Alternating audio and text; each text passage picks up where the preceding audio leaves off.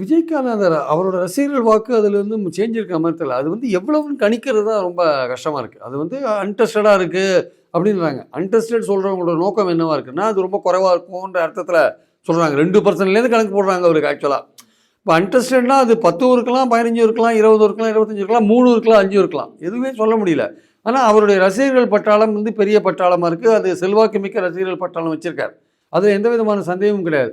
அவங்கெல்லாம் ஓட்டு போட்டாலே அவருக்கு எத்தனை % வரும்? ஒரு தொகுதியில் அவங்க 5000 பேர் 6000 பேர் இருப்பாங்களா?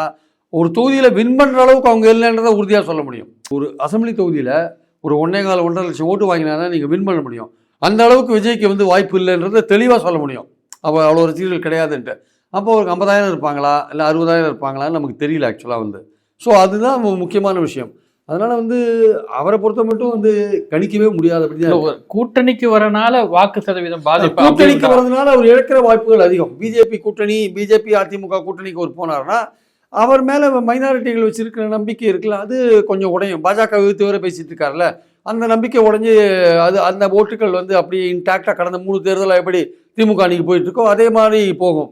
நடுநிலையாளர்கள் திமுகவுக்கு மாற்றா நாம் தமிழர் தமிழ் தேசியம் பிடிக்காதவங்க ஒரு மாதிரி ஓட்டு போட்டு அவங்க எதிர்பார்த்துருந்தாங்கல்ல விஜய் வந்தால் போடலான்ட்டு, அவங்களோட கொஞ்சம் ஷிஃப்ட் இருக்கும் ஆக்சுவலாக வந்து. அதே மாதிரி தினகரன் போன்றவர்கள், ஓபிஎஸ் போன்றவர்கள் அவங்க அதிமுக ஓட்ட பல இடங்களில் 2000 3000 பிரித்தாங்கன்னா அவங்க தோல்வியடைறதுக்கான வாய்ப்பும் திமுகவுக்கு அட்வான்டேஜாக போகிற வாய்ப்பும் இருக்கிறத நம்ம பார்க்குறோம். அதனால் வந்து விஜய்க்கே வந்து ஒரு பின்னடைவு வரும். எடுத்தோடனே பாஜக கூட்டணிக்குன்னு போயிட்டா அது திமுகவுக்கு தான் சாதகமாக இருக்கும்.